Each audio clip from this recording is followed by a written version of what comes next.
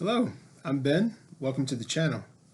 Today we're going to have a short video on 5 things people learn too late in life. I've seen several articles written on these subjects in the past, and obviously we've talked about business and finance multiple times on this channel before. What I want to talk about today is based more on your thought process, your mental picture, how you view the world, and or how we view the world and what impacts our daily vision. So I'm going to jump into that, and a lot of these subjects are supported in many books that have been written in the past 100 years, but also prior to that, and I'll show you some of those examples in just a moment that actually talk to these points pretty specifically. So the first point being perception is reality. It's very important what you put into your mind and what you perceive matters. Also, in lieu of that, what other people perceive, even if it's not the truth, you do have to address that because perception is, in fact, reality. If you're looking into to issues from time to time and trying to figure out what's going on, what the struggle is, what you're coming up against because it doesn't really make sense, it may be a perception issue. So just remember that perception is reality. So try to get feedback often and determine what the perception of yourself or your efforts is and try to address that accordingly. Number 2 is everything is temporary. No matter what's going on, whether it's good or bad, everything is temporary. In previous videos, we talked about how when you look at things over a greatest period of time, I think that was in the Psychology of Money video, basically it said that people that are in the stock market for a day, 50-50 might make money, but the ones that are in the stock market for 20 years, 100% of those make money. That's the kind of point that you want to think about when you're talking about everything is temporary. The longer time period you look at, the shorter things actually last. And that includes our lifespan. So, don't just assume that there'll be another day. The Bible says we're not promised another day, so you need to pay attention and appreciate what you have day to day because everything is temporary. But the flip side of that is if you're going through some awful things right now, the only thing that heals extremely difficult situations is time.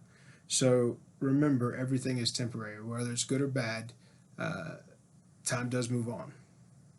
The next is the importance of being present. So just like the point I just made, you're not promised tomorrow. There's nothing you can do about the past, and the future is not yet here. So what you need to focus on most is what you're doing today. Do today what you would think.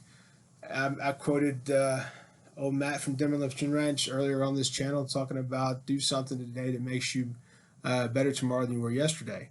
That type of being present and being active today, that's how you're going to impact the future. And whatever's happened in the past, you got to let it go because, long story short, there's nothing you can do about it, right? So if you made mistakes, forgive yourself for that and move forward.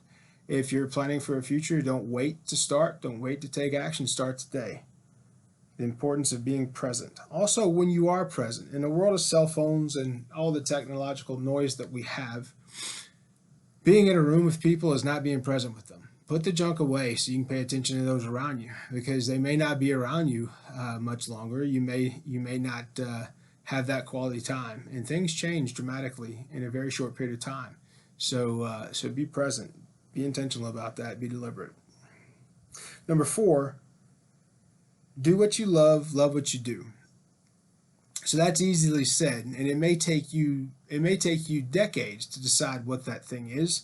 I will warn you though, sometimes if you do too much of what you love, it might take the love out of it. When I was a young man, I was a bodybuilder, powerlifter, fighter, and wrestler, and I enjoyed those things. And I got into the gym business and had personal training studios and did all that stuff and found out one day that I worked every day from 4 o'clock in the morning to about 11 o'clock at night. And it wasn't much of a quality situation. It took all the joy and all the love out of it. My workouts were impacted dramatically. I did have a lot of success as a very young man because of all of those things. But at the end of the day, it sucked that love right out of it. But what's come out of that over the decades is I've found a love for leadership and for small business. And I want to do things to help business owners and to help people that are in leadership and train them up and help them better serve their people and their customers. So ultimately, what you do will come to you, and what you love will come to you forefront those things, what you do is you look at your day and look at what you appreciate the most. And when you're doing those things, the time flies by and you don't feel like you have enough time when you're doing those things. That's what you should look at doing something about. But keep things balanced so you can continue to love what that is. So that's number 4, do what you love and love what you do. And number 5, being happy takes work. Okay, so all the time you hear about people that left this person or divorced this or whatever. Everything comes to an end. And they did that because they weren't happy, etc., etc.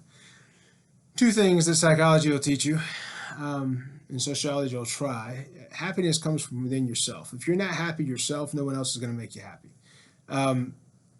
That's what you have to learn from day one. You can't blame someone else for your unhappiness. You can be focused on what's going on around you and the situation you're currently in, but overall happiness comes from within. From within. So if you want to be happy, you have to work on that. I'm going to show you some books real quick and kind of give you the titles of when these books were published or when they were penned.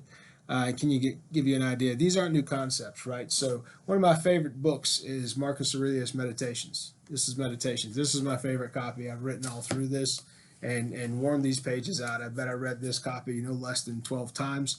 This is a book that I reread every year.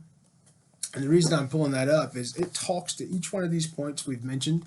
And this book was penned in 171 AD. So you realize 171 AD, we're nearing 2,000 years to when that was penned.